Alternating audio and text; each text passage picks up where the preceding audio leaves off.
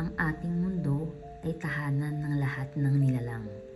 Ngunit sa paglipas ng panahon, nasasaksihan natin ang patuloy na pagkasira ng kalikasan, mga pagbabagong dulot ng kalamidad, polusyon at kapabayaan ng tao. Ang suliraning pangkapaligiran ay isang isyung hindi lamang pangkalikasan, kundi pang-agham, pang-ekonomiya at pang-politika. Ayon sa siyensa, may dalawang uri ng suliraning pangkapaligiran, ang natural at ang gawa ng tao. Ang natural ay suliraning may pangyayaring likas tulad ng bagyo, lindol, pagputok ng bulkan at pagguho ng lupa.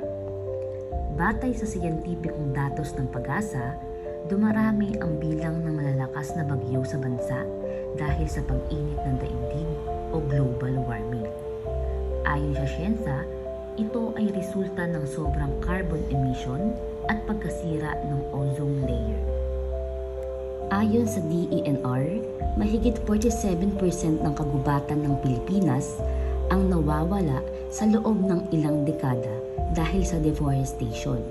Sa bawat isang ektaryang kagubatan na nawawala, tinatayang mahigit 500 tonelada ng lupa ang nawawalis ng ulan bawat taon. Ang mga numerong ito ay hindi lamang bilang. Ito ay mga babala. At kung magpapatuloy ang ganitong bilis ng pagkasira, sa loob ng 30 taon, maaaring maubos ang ilan sa mga pangunahing likas na yaman sa Pilipinas. Ang natural na suliraning pangkapaligiran ay mga pangyayaring likas na nagaganap sa ating mundo tulad ng bagyo, lindol, pagguho ng lupa at pagputok ng bulkan. Normal ang mga prosesong ito bilang bahagi ng kalikasan. Ngunit dahil sa pagbabago ng klima, nagiging mas matindi at mapanira ang mga ito. Samantalang ang man-made o gawang tao na suliranin ay mga problemang nagmumula sa ating mga gawain. Kasama rito ang pagkakalbo ng kagubatan, pagmimina, polusyon at hindi tamang pagtapon ng mga basura.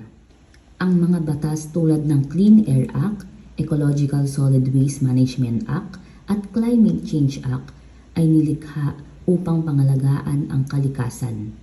Ngunit mananatiling hamon ang implementasyon ng disiplina sa ating mamamayan.